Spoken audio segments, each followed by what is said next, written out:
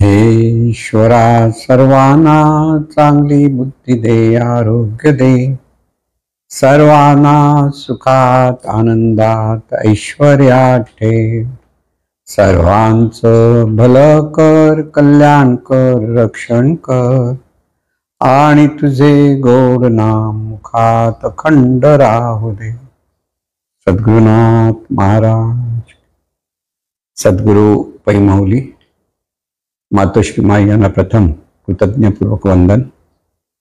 आणि आपण सर्व सद्भक्त सत्श्रोते हो, आपणा सर्वांना आदरपूर्वक नमस्कार. आज सोमवार आहे आणि आपण जे चिंतनाला जो विषय घेतलेला आहे तो म्हणजे चला सारे आपण आनंदाने जीवन जगूया. म्हणून आनंदाने जीवन जगणं हे खरं जीवन जगणं आहे. आनंदाने आनंदातून जीवन जगता आलं पाहिजे. आणि हे जीवन कसं जगायचं किंवा हे जीवन जगण्यासाठी आपल्याला कोणत्या गोष्टी आवश्यक आहेत किंवा कोणत्या गोष्टींचा ह्या आनंदाने जीवन जगण्यात अडथळा निर्माण होतो, त्याचं दरवेळेला आपण वेगवेगळ्या अंगाने चिंतन करीत आहोत. मनुष्याची जी मनस्थिती आहे ती प्रत्येक वेळेला परिस्थितीवर अवलंबून असते. म्हणजे अनुकूल परिस्थिती असेल तर मनुष्याला आनंद होतो, तर तो सुखात असतो किंवा समाधानात असतो. आणि प्रतिकूल परिस्थिती असेल तर तो मग निराश असतो किंवा कुठेतरी एखादा ताणतणाव मनामध्ये त्याचा निर्माण झालेला असतो, तर दुःखी असतो. हे सगळं मनुष्याचं जीवन बाहेरील परिस्थितीवर अवलंबून तो जेव्हा जीवन जगत असतो त्यावेळेला मात्र त्याला सतत आनंदाने जीवन जगणं शक्य होत नाही, खरं सांगायचं तर. कारण सर्वसाधारण मनुष्य हा परिस्थितीवर अवलंबून जीवन जगत असतो.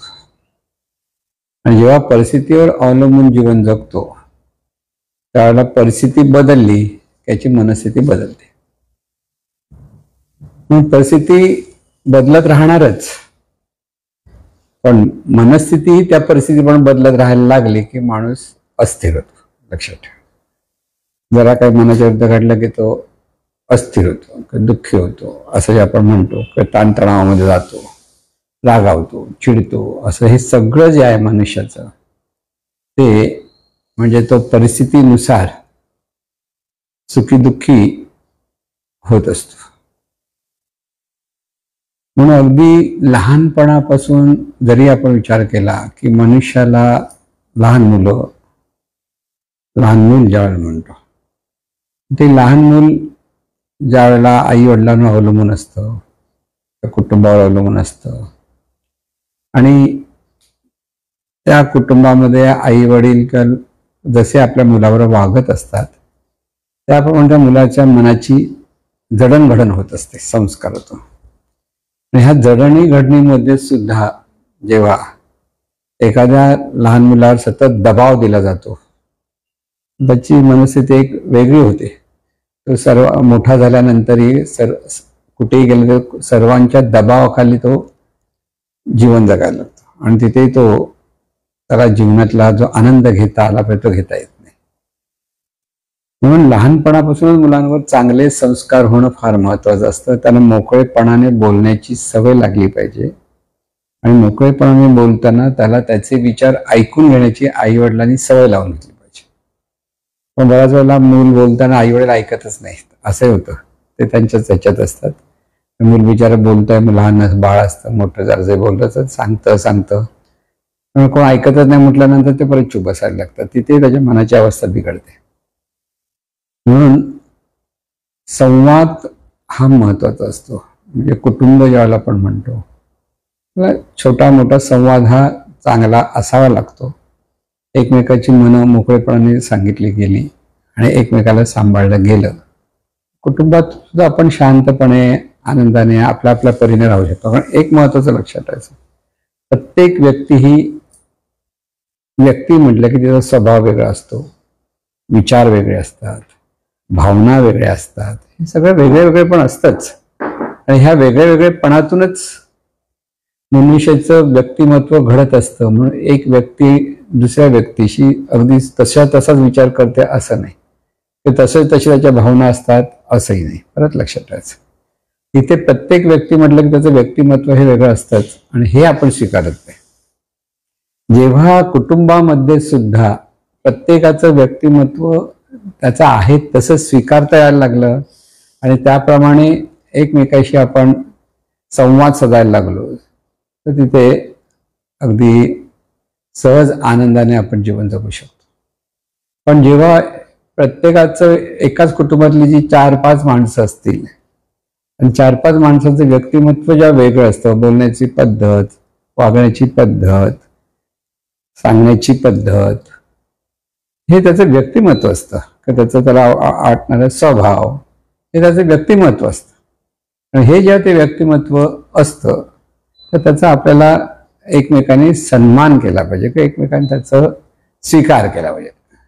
इथे ज्या कुटुंबात एखाद्या व्यक्तीला स्वीकारलं जात नाही तर की तो असा आहे, काही नाही, असं कोण त्याला बाजूला केलं जातं की त्याचं ऐकलंच जात नाही किंवा त्याला तिथे दाबलं जातं, तिथे तो दुःखी होतोच.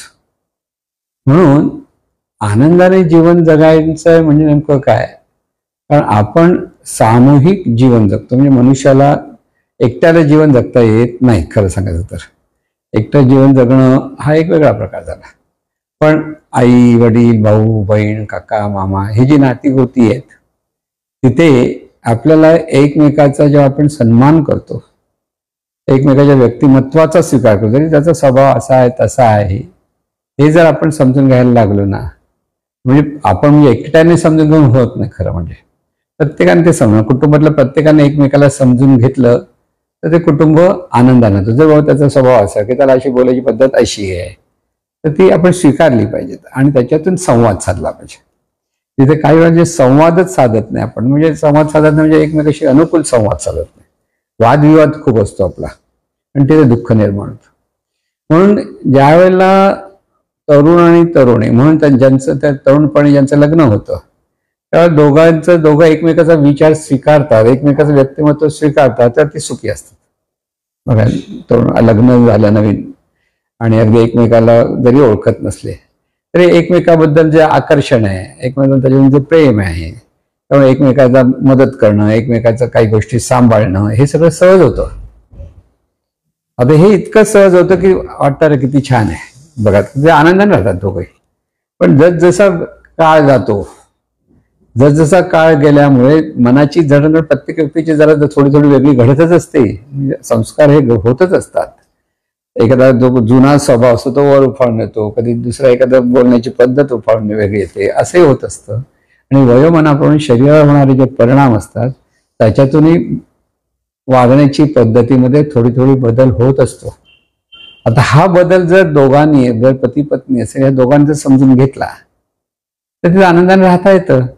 कारण जसं आहे ते स्वीकारायचं आहे. लक्षात ठेवा, आपण ते स्वीकारत नाही तेव्हा आपली तक्रार असते. जेव्हा आपण जी तक्रार करतो आणि त्यातून दुःखी होतो, कळलं का?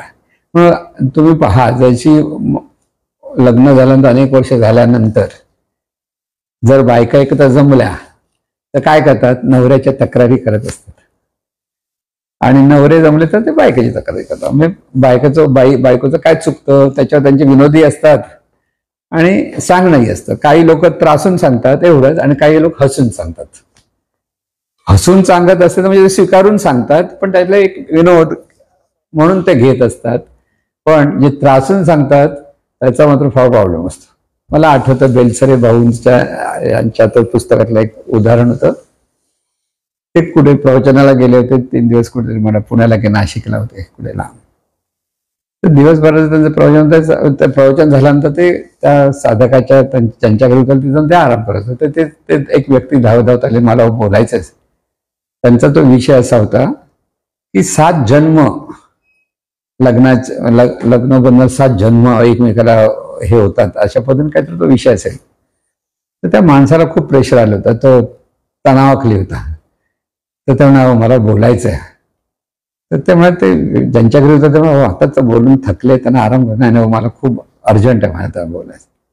त्यामुळे घेऊन गेलं. आणि ज्याला काय तर बेलसर भाऊ म्हणाले, तुम्ही जे आता 7 जन्म झालं ते खरं काय हो? पती आणि पत्नी दोघांना 7 जन्म जीव हे लागतं कायला. ते पुराणातल्या गोष्टीच्या अंगाने त्यांनी सांगितलं, हा असू शकतं ना, होतं का, काय प्रॉब्लेम आहे तुम्हाला. नाही हो, 7 जन्म असे तर मला केवढं टेन्शन, त्याला टेन्शन आलं होतं, कारण त्याच्या बायकोचा त्याला खूप त्रास होत होता. तर ते विनोदाने म्हटलं, असं नाही, तुम्ही आज नवरा, तुम्ही पुढच्या जन्मी बायको होऊ शकता, बायको तुमचा नवरा होऊ शकते, असं काय, मग बरं आहे. म्हणजे आता त्या बायकोचा तर मी बायको झाल की मला त्रास देणार, असा त्याचा उलटा विचार, की काही असो. पण कधी कधी ही जी नाती असतात, पूर्वीच्या काळातलं पण मी सांगतो की ती सगळ्यांचं एकमेकाशी पटतं असं नाही, पण ते आपल्याला स्वीकारता येत नाही. लक्षात घ्या, जर आपण स्वीकारलं तर तिथे आनंद आहे. समजलं ना तुम्हाला. स्वीकारलं म्हणजे आता प्रत्येक गोष्ट का अगदी मनासारखी घडणार आहे असं नाही, पण ती गोष्ट कशी आनंदाने स्वीकारायची ते समजलं पाहिजे. आपण एकमेकाला जेव्हा आनंदाने स्वीकारतो ना, तर त्या कुटुंबात सुख असतं. म्हणजे वयोमानाप्रमाणे विचार करण्याची पद्धत, जीवन आवडी, काही आवडी वेगळ्या वेगळ्या आहेत. पती पत्नी जर दोघं जवळ असले, जवळ राहिले, तर एकमेकाच्या आवडी निवडीमध्ये फरक आहे. खाण्याची आवड वेगळी, कोणाला चांगलं अगदी नवीन नवीन रोज खावंसं वाटतं, तर कोणाला आपलं रोजचं साधं मिळालं तरी आवडतं. म्हणजे इथेही छोट्या छोट्या गोष्टीमध्ये जर बघितलं तर कोणाला खाण्याची आवड असते, कोणाला बाहेर फिरण्याची आवड असते, काही लोकांना, बऱ्याच लोकांमध्ये मिसळून मित्र नवरा असेल त्याला मित्रांबरोबर राहण्याची आवड असते, काय बायकांना मैत्रिणीबरोबर राहायची आवड असते. प्रत्येकाचा स्वभाव आहे, आणि तो स्वभाव जर तुम्ही ऍक्सेप्ट केलात आणि त्याच्यातून त्याच्या आवडीपर्यंत तेवढी स्पेस दिली तर तिथे सुख असतं. पण तिथे जर तक्रार करायला, अरे किती वेळा फिरायला झाले, कुठे काय, किती वेळा खायला पाहिजे, किती वेळा काय करायला पाहिजे, अशी जर तक्रार असेल तर तिथे वाद असतोच. वाद म्हटलं की दुःख होतं. म्हणून इथे दोघांनाही समजूतदारपणा असला पाहिजे. एकाला समजूतदारपणा असेल तर एक जण समजून घेईल, पण दुसऱ्याची तक्रार चालूच राहणार. हे नेहमी लक्षात ठेवायचं. म्हणजे जेव्हा 4 माणसं एकत्र येतात तर 4 माणसांनी सुद्धा एकमेकाचा सन्मानच केला पाहिजे, ज्याचा त्याचा स्वभाव. कारण प्रत्येक व्यक्ती ही ईश्वरी शक्ती, हा विचार नेहमी लक्षात ठेवा. आहे व्यक्ती ईश्वरी शक्ती, पण प्रत्येकाचे गुण दोष, हा जो व्यक्तिमत्व जो असतो, काही दोषही असतात, काही गुणही असतात. आणि कोणी 100% एकदम चांगला आहे असं नसतं, आणि कोणी 100% खूप वाईट आहे असंही नसतं. ही जी अष्टविधा प्रकृती आहे, प्रत्येक व्यक्ती अष्टविधा प्रकृती म्हणजे शरीर हे पंचमहातत्वाचं आहे. आणि तिथे जे आपण सोप्या भाषेत ज्याला मन म्हणतो, शास्त्र शुद्ध भाषेत ज्याला जाणीव म्हणतात, ती त्रिगुणाने प्रकट झालेली असते. त्रिगुण म्हणजे रज सत्व तम, हे 3 गुण त्या प्रत्येकाच्याकडे असतात. ह्या 3 गुणाचं कमी जास्त जे प्रमाण असतं त्याप्रमाणे त्याचं व्यक्तिमत्व घडत असतं. कोणी पटकन बोलता पटकन रिॲक्ट होण्याची कोणाची सवय, जरा काय वाटलं रिॲक्ट होतो. मग त्या माणसावर तुम्ही कसं वागलं पाहिजे दुसऱ्या व्यक्तीने, की ते रिॲक्ट इतकं होऊ न देण्यासारखं वागलं पाहिजे, बोललं पाहिजे, सांभाळून बोललं पाहिजे, की त्या माणसाला उगीच राग येता कामा नये. हा जर विचार केला तर तिथे सुद्धा आपल्या हातात आहे. कारण म्हणजे समोरच्या माणसाला आपण तरी पण काही न करता सुद्धा काही माणसं रिॲक्ट होतात. तर त्यावेळेला आपल्याला शांतपणे ते गपचूप बसलं पाहिजे, किंवा तू शांतपणे गपचूप बस. नाही तिथे जर त्यालाच परत वादविवाद करत बसला की तिथे दुःख निर्माण होतं. म्हणून माणसांचं वय जसं वाढतं, पती पत्नी म्हणून जे आपण 2 व्यक्ती म्हणतो, त्या दोन्ही व्यक्तींचं वय वाढतं, तसं त्यांचा जो स्वभाव आहे तो अधिक घट्ट होत जातो. तरुणपणी असलेली जी लवचिकपणा आहे तो जर सत्संगतीमध्ये राहिली नाहीत ही दोघंही, लक्षात घ्या काय म्हणतो सत्संगतीचं महत्व. सत्संगती म्हणजे इथे परत एक लक्षात, सत्संगती म्हणजे माणसाने आनंदाने कसं राहण्यासाठी कोणत्या गुणांची आवश्यकता आपल्याकडे असली पाहिजे, ह्या अंगाने जोपर्यंत व्यक्ती अभ्यास करत नाहीत किंवा त्यांना ते मार्गदर्शन मिळत नाही, अशी माणसांचा प्रॉब्लेम असा होतो की त्यांचा जो स्वभाव असतो तो अधिक घट्ट होतो. अधिक घट्ट झाल्यामुळे मग मात्र सुरुवातीला सोबर वाटणारी माणसं नंतर एकदम विचित्र वागतात असं वाटायला लागतं.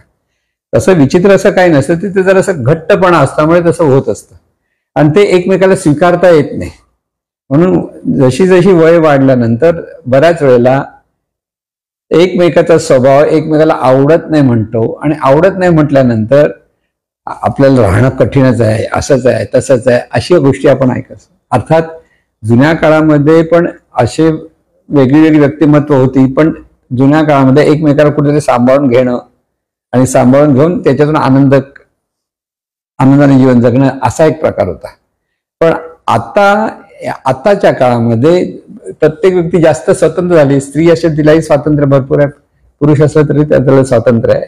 मग त्याने ऐकलंच पाहिजे, मग स्त्रीने नवऱ्याचं ऐकलंच पाहिजे, असं काही आताचा काळ नाहीये. आणि इथे गोंधळ होतो. मग पूर्वीच्या बायका ऐकून घ्यायच्या आणि गपचूप सहन करायच्या. आता कोण ऐकून आणि सहन करणारं नाही राहिलेलं आहे. आणि म्हणून इथे पुरुषाने सुद्धा आपली जी पत्नी असेल तिलाच तेवढाच आदर व्यक्त केला पाहिजे, आदरपूर्वक ते समजून घेता आलं पाहिजे. कारण वयोमानाप्रमाणे तो स्वभाव चांगला किंवा वाईट अधिक घट्ट झालेला असतो, आणि त्यामुळे तिथे सांभाळून घेणं आणि एकत्र राहणं हा महत्वाचा प्रभाव आहे. एकमेकाला मदत करणं, एकमेकासाठी चांगल्या गोष्टी सांभाळणं, आवड सांभाळणं, या दोन्ही गोष्टी ज्या आपण करायला लागलो तर तिथे आनंदाने राहता येतं. आणि कोणी कितीही चांगला माणूस म्हटलं की, चांगलं कुटुंब म्हटलं की, चांगली अगदी आदर्श पती पत्नी आहेत असं जरी वाटलं तरी तिथे विचारांमध्ये फरक हा असतोच, हे लक्षात ठेवा. किती अगदी साधू संतांच्या पती पत्नी अशा असतील की तिथे आहेत, ते सद्गुरू वगैरे जे आहेत त्यांच्या पत्नी आहेत, पती आहेत, तिथे विचारांमध्ये फरक हा असतोच. पण तिथे एकमेकाला सांभाळणं असल्यामुळे तिथे वादविवाद जास्त दिसत नाहीत.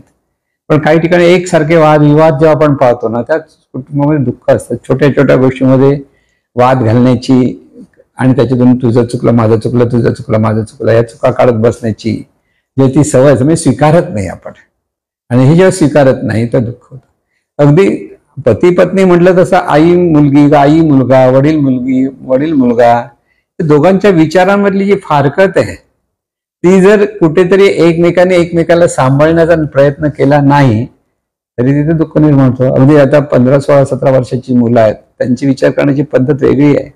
7-8 वर्षाचं मूल आहे, त्याचं विचार करण्याची पद्धत वेगळी आहे. आई वडील ज्या वेळेला त्यावेळेला 40-50ची असतात किंवा 60च्या आसपास जातात, त्यांची विचार करण्याची पद्धत वेगळी आहे. आणि ही विचार करण्याची पद्धतच आपण त्याला म्हणतो जनरेशन गॅप आहे. खरं म्हणजे 8 वर्षाचं मूल धावणार, नाचणार, शांत बसणार नाही.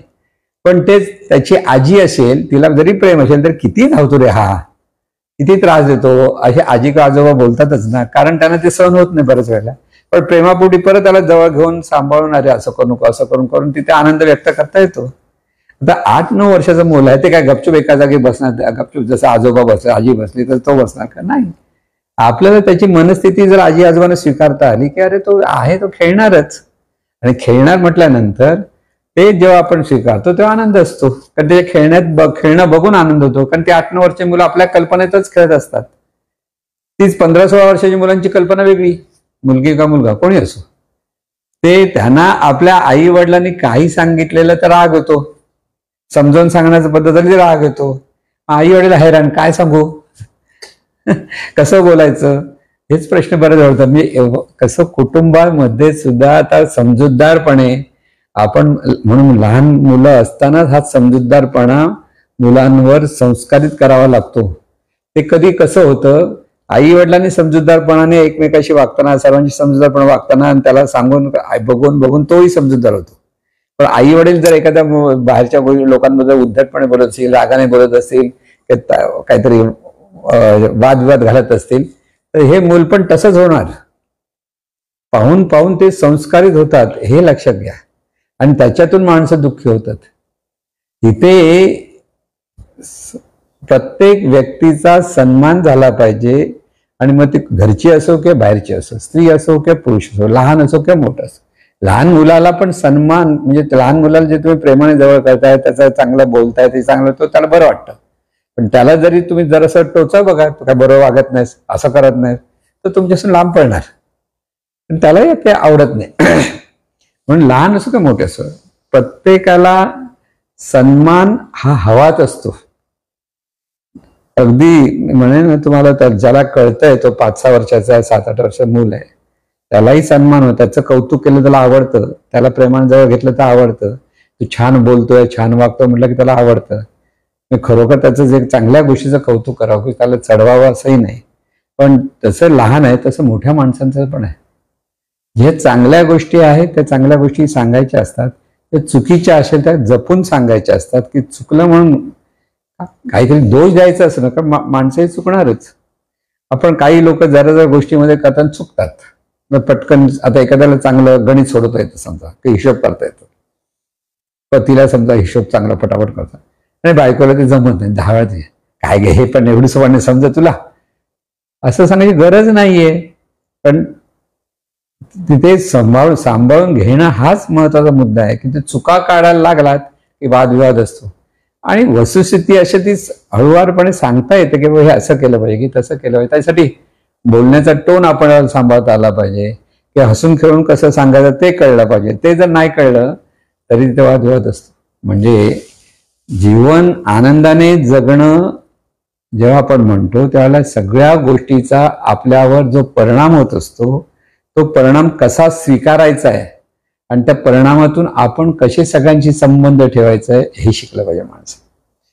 संबंधातून माणसं आनंदाने जीवन जगतात. लक्षात घ्या, 4 मुलं असतात, मित्र म्हणून खेळतात, तर चांगले संबंध असतात, त्याचा आनंद असतो, खेळतात बिळतात सगळं.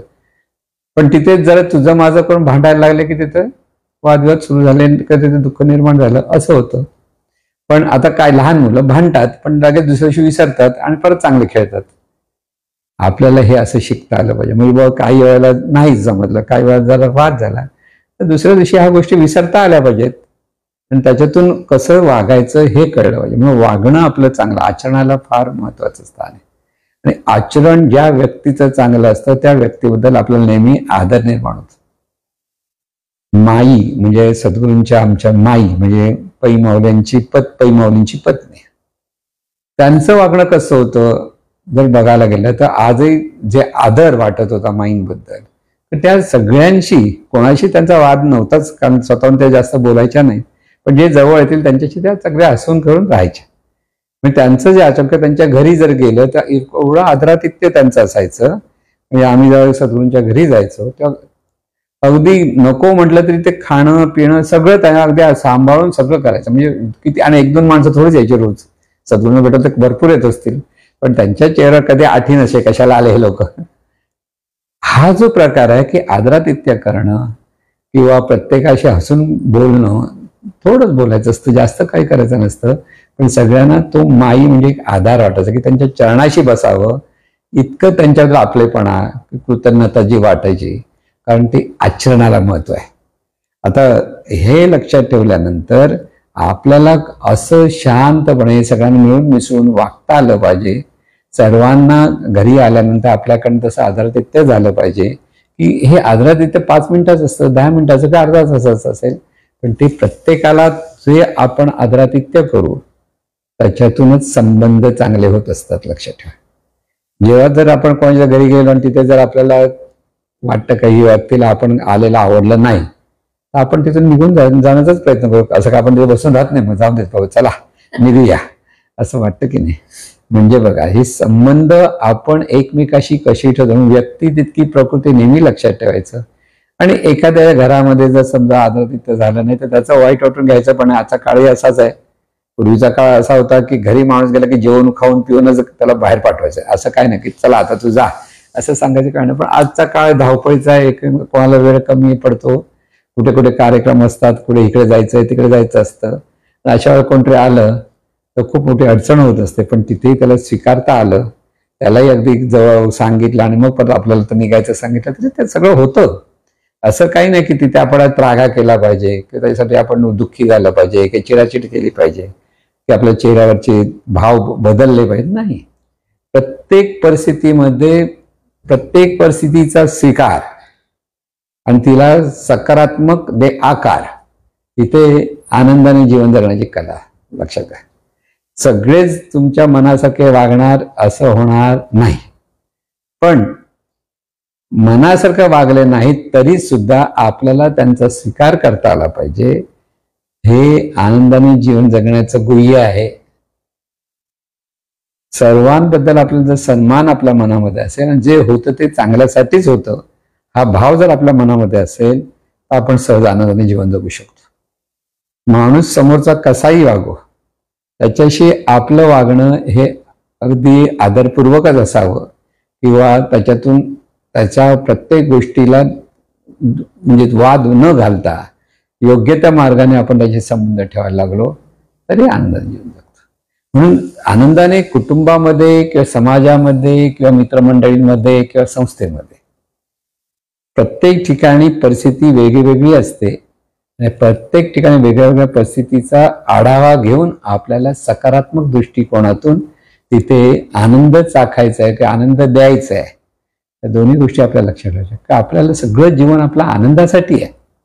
प्रत्येक माणूस आज धडपडतो, कशासाठी धडपडतो? आनंदासाठी धडपडतो. खूप पगार हवा म्हणून माणसं खूप मोठ्या नोकऱ्या करतात. अगदी जेव्हा आपण आजचं जग म्हटलं की अगदी 9-9, 10-10 तास, 11-11 तास करणारी तरुण मंडळी आहे की घरी येताना त्यांना घरी वेळ मिळत नाही यायला. कशासाठी? त्यांना खूप पैसे मिळतात, मोठे पॅकेजेस असतात आणि त्यामुळे त्यांना तसं काम करावंच लागतं, तेवढी रिस्पॉन्सिबिलिटी सांभाळावीच लागते. हे जेव्हा पाहतो त्यावेळेला ही मंडळी असं केल्यानंतर जो वेळ मिळतो त्याच्यामध्ये ते रिलॅक्स होण्यासाठी व्यसन करण्याची काही लोकांची सवय असते. ते व्यसन करायची काही गरज आहे असं नाही. उलट तिथे तुम्ही आपल्या चांगल्या लोकांच्या संगतीत राहून आनंद जर साजरा केला तर तिथं होतं. ते व्यसन केलं तर आपण खूप मोठा काहीतरी आनंद साजरा करतो असं होऊ शकतं. पण असं काही ते जीवन जगण्याची ती पद्धत नव्हे. व्यसनी माणूस क्षणासाठी आनंदी असेल, राहत असेल कदाचित, पण नंतर त्याचा व्यसनाचा तो जे मध चढलेला असतो, जे त्याला काही जो भाव म्हणजे त्याच्या शरीरात काही भिनलेलं असतं, ते जर उतरलं की तो सगळा अगदी चोळामळा झालेला असतो त्याचा आणि मग त्याला परत आनंद चाकता येत नाही. आणि म्हणून इथे सर्वांशी चांगले संबंध कसे जोडता येतील किंवा कसे चांगले जोडलेले संबंध चांगले सुरळीत कसे राहतील हे जो माणूस जपून जो सगळ्यांशी वागतो तो खरा आनंदाने जीवन जगू शकतो. पण काही माणसं आपलं तेच खरं असतं, माझ्या मनासारखं झालं तरच खरं, तरच मी वागणार, माझ्या मनासारखं वागत नव्हतं, मी त्याची चांगला वागणार नाही, अशा भावनेतून जर एखादा माणूस जीवन जगायला लागला तो आनंदाने जीवन जगू शकत नाही. तो कधीतरी आनंदाने जगेल तर कधी चिडलेला असेल, कधी नर्वस असेल, हे सगळं होतं. आणि म्हणून म्हणतो ना आपलं मनस्थिती ही सतत बदलते कारण आपण परिस्थितीवर अवलंबून असतो. म्हणून मनस्थिती बदला, परिस्थिती बदलेल हे जे जीवनविद्या सांगते त्याचा अर्थ समजून घ्यायला पाहिजे. तुमची मनस्थिती स्थिर असली पाहिजे, परिस्थितीवर अवलंबून नाही. तुम्ही परिस्थितीवर अवलंबून तुमचा आनंद असेल तर तो येईल आणि जाईल, काही वेळेला असेल काही वेळेला नसेल. पण मनस्थिती स्थिर राहण्याचा अभ्यास जर आपण केला तर आपण सर्वांचा स्वीकार करू शकतो. कारण आपल्याला पक्क माहिती असतं की आपण आनंदाने जीवन जगायचं आणि अति आनंदाचा क्षण तो म्हणजे कोणताही क्षण आनंदाशिवाय फुकट घालवायचा नाही. त्याचं जर मन स्थिर असेल तर तो सतत आनंदाने जीवन जगतो. पण ज्याला परिस्थितीनुसारच आनंद मिळवायचा आहे आणि अशी माणसं बहुसंख्य आहेत. परिस्थितीनुसार मी चांगली परिस्थिती झाली तर मी आनंद राहीन, सगळ्या लोकांनी कौतुक केलं तर मी आनंद राहीन, अशा सगळ्या गोष्टीतून ज्या माणूस विचार करून राहतो ना त्याचं त्याला वाटायला सुख दुःख यश अपयशात तो सुखी दुःखी होणार. या सगळ्या गोष्टी यश अपयश हे सुद्धा त्या क्षणासाठी असतं. ते काही परमनंट अपयश असतं आणि परमनंट यश असतं असंही नाही. म्हणजे निरनिराळ्या प्रपंचातल्या गोष्टीमध्ये कोणाला चांगले समजा मुलं विद्यार्थी अभ्यास करताना चांगलं यश मिळतं असं म्हणतो ना, चांगले मार्क यश, काही ना चांगले मार्क मिळत अपयश, तर अपयश असलेली माणसं दुःखी होतात, यश असलेला एकदम खुश असतो. पण त्या परिस्थितीत फक्त सहज आनंदातून राहायचंय, खूप खुश व्हायचंय आणि परत कोणी काय बोललं नाही तर वाईट वाटून घ्यायचं असं नाही. अनिष्ट परिस्थिती असेल तिथे शांतपणे तिथे चांगली परिस्थिती कशी निर्माण होईल, कसं आपल्याला काय केलं याचा विचार करण्यासाठी मन स्थिर असावं लागतं. म्हणून स्थिर मन हे सुखाचं सागर आहे आणि अस्थिर मन हे दुःखाचा आगर आहे. लक्षात ठेवा, मन स्थिर पाहिजे. म्हणजे ह्या सगळ्या गोष्टीमध्ये आपल्याला या सगळ्या गोष्टीचं सार काय तर आपलं मन आपण स्थिर केलं पाहिजे हा त्याच्यावर उपाय आहे. मग ते स्थिर कसं करायचं हा प्रश्न. स्थिर करण्यासाठी एक गोष्ट म्हणजे उदाहरण देतो मी तुमच्या लक्षात. ते स्प्रिंगवरच्या डोलक्या बाऊला असतं, ते डोलत बसतं, जर टिचली की वाली वारा आला की स्प्रिंग हल्ली की सारखं एकसारखं डोलतं ना, तसं आपलं मन आहे. आपली स्प्रिंग कोणती? अहंकाराची स्प्रिंग असते, अहंभावाची. व्यक्तिमत्व हे अहंभावातून असतं ना, ती स्प्रिंग अशी अशी डोलत बसते. जरा काय कोणी समोरच्या परिस्थितीनुसार डोलते थोडक्यात. मग त्या स्प्रिंगच्या बाहुल्याला जर स्थिर करायचं असेल तर काय करावं लागतं? स्प्रिंगचं वरचं टोक आणि खालचं टोक त्याला दोरी बांधून घट्ट ठेवलं तर काय होईल? स्प्रिंग अशी दबली जाईल, तर हालायचं थांबलं. तसं माणसाने आपली स्प्रिंग आहे ती कसली आहे? अहंभावाची स्प्रिंग आहे. त्या अहंभावाच्या स्प्रिंगला कुठे दाबून टाकायची? जे आपलं मूळ स्वरूप आहे तिथे दाबायचं असतं. म्हणजे आपलं मन स्थिर करण्यासाठी आपल्याला ही संत संगतीची किंवा सद्गुरूंच्या मार्गदर्शनाची जी गरज असते ते इथे लक्षात ठेवा. स्थिर मन सहज होत नाही, आपोआप होणार नाही, तो अभ्यास करूनच होतं. पहिली गोष्ट, माझं मन स्थिर आहे असं कोणतरी म्हणत असेल, थोड्या वेळासाठी स्थिर राहील, जरा काय इकडचं तिकडे झालं की तो कुठल्या कुठे भरकटला जाईल. लक्षात ठेवा, आपण सतत जे विचार आपल्याला चालू असतात ना, आणि त्या विचारातून जेव्हा आपण वाहत असतो तेव्हा बऱ्याच वेळा आपण अस्थिरच असतो. इथे स्वरूपची राहावी हा जो भाग आहे की जे हे आपण म्हणून जे आहोत, ते आपलं जे अस्तित्व आहे त्या अस्तित्वाच्या ठिकाणी हे डोलणाऱ्या मनाला धरून ठेवलं की ते मन स्थिर होतं. ती स्प्रिंग जशी बांधली जाते तसं आपल्या ठिकाणी हे ज्ञान आवश्यक आहे. हे ज्ञान कोणतं? की आपलं जीवन हे जे चाललेलं आहे ते सगळं ईश्वरत्वातून चाललेलं आहे. ईश्वरी शक्ती हे आपल्या जीवनाचं मूळ आहे. ही ईश्वरी शक्ती जे मूळ आहे त्या मुळाशी आपला हे वर धावणाऱ्या मनाला खाली खेचून ठेवायला लागतं. म्हणून आहे ते ईश्वराचं जीवन आहे, ईश्वरी शक्तीचं जीवन आहे. आणि ह्या ईश्वरीय जीवनातून आपला अहंभाव जितका कमी कमी होत जातो तितकं मन स्थिर होत जातं.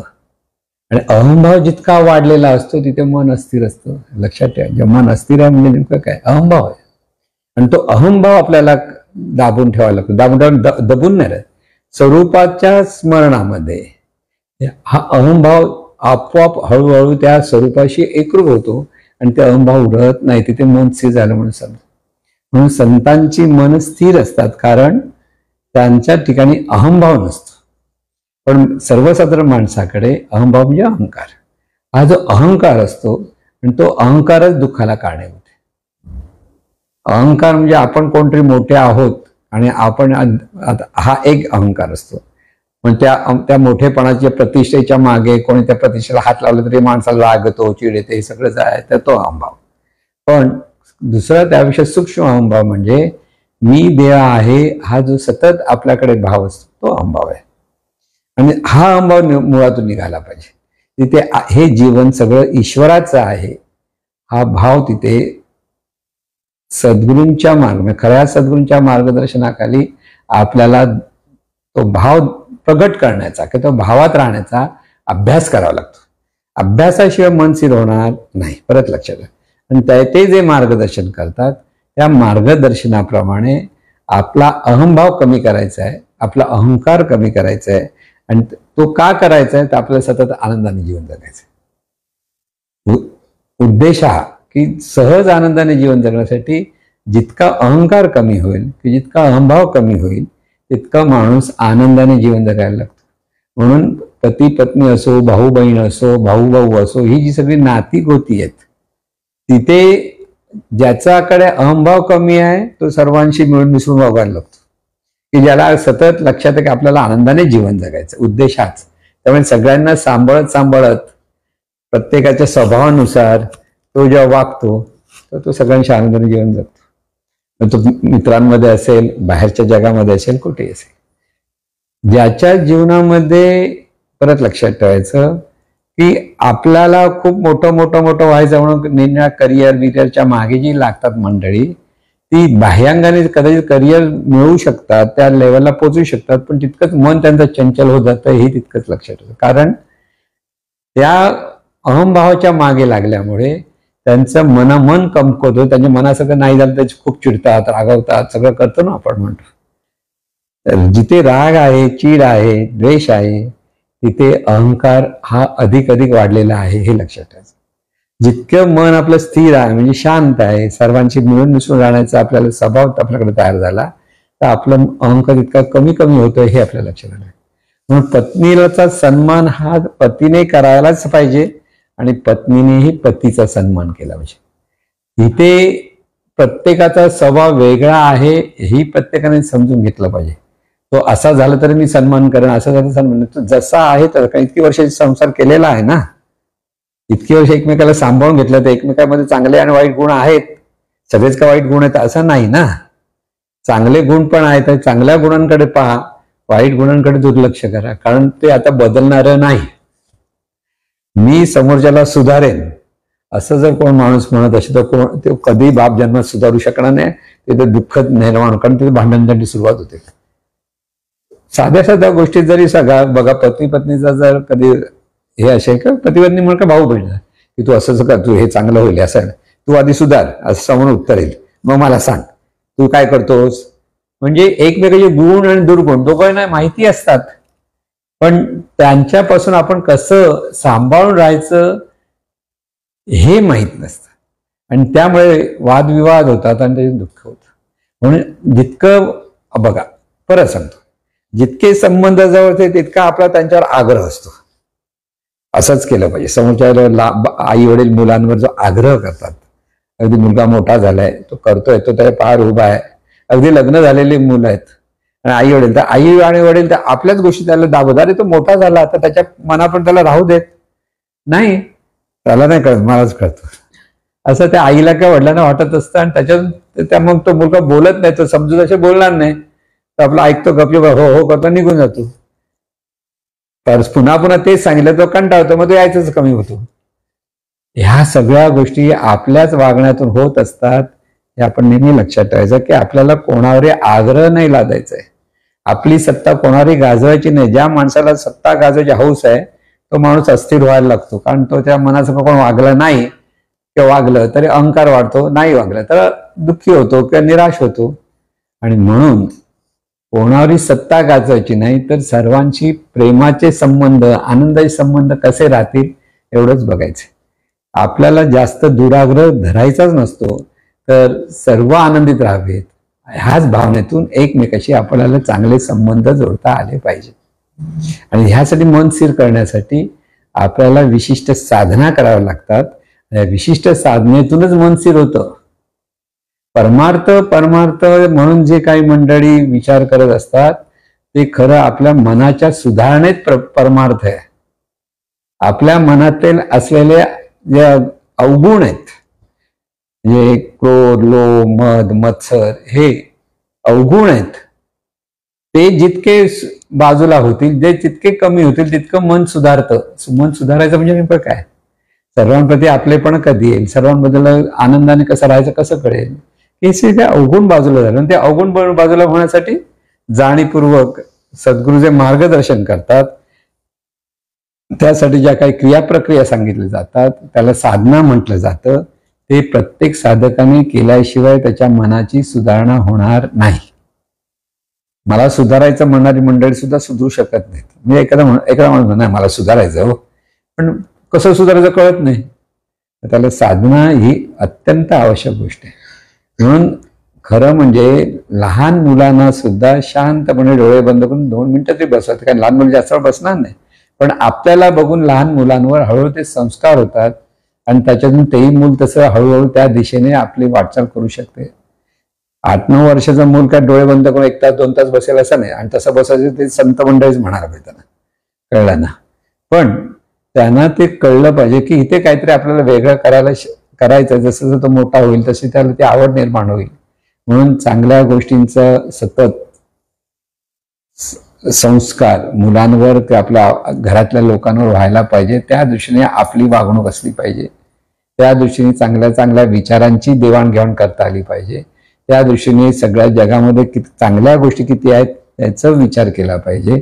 आणि त्या पद्धतीने जे आपण पाहायला लागतो तेव्हा आपलं मन स्थिर असतं आणि स्थिर आणि शांत मन सगळ्यांचा स्वीकार करतं. लक्षात घ्या, कोणाचाही, प्रत्येकाचा. तो माणूस रागट असो, घरातला असतो एखादा रागट, सगळेच काय माणसं प्रेमळ असतात असं नाही, पण त्यांनाही कसं जवळ घ्यायचं किंवा त्यांच्याशी कसं संबंध त्या स्थिर मनाच्या माणसाला कळतं. आणि त्यामुळे तो सर्वांशी चांगला वागायला लागला की त्याचा आनंदाने जीवन जगता येतं. म्हणून आपल्याला स्थिर मन कसं करायचं आहे हे प्रत्येक माणसाने शिकलं पाहिजे. शिकलं पाहिजे म्हणजे तिथे प्रयत्न केले पाहिजेत. म्हणून एकाच घरामध्ये एकानेच केले म्हणजे घर शांत होईल का नाही, सगळ्यांनीच करावं लागतं. प्रत्येकाला आपलं मन स्थिर होण्यासाठी, शांतपणे प्रत्येक गोष्टीचा स्वीकार करण्यासाठी हा अभ्यास करावाच लागतो. पण त्या अभ्यासातूनच आपल्याला हा आनंदाने कसं जगायचं हे कळेल. आणि असं हे ज्ञान प्रत्येकाला कळावं आणि स्थिर मन करण्यासाठी प्रत्येकाने अभ्यास करावा, ही सद्गुरूचरणी प्रार्थना. हे ईश्वरा, सर्वांना चांगली बुद्धी दे, आरोग्य दे, सर्वांना सुखात आनंदात ऐश्वर्यात ठेव. सर्वांचं भलं कर, कल्याण कर, रक्षण कर, आणि तुझे गोड नाम मुखात अखंड राहू दे. सद्गुरुनाथ महाराज की जय.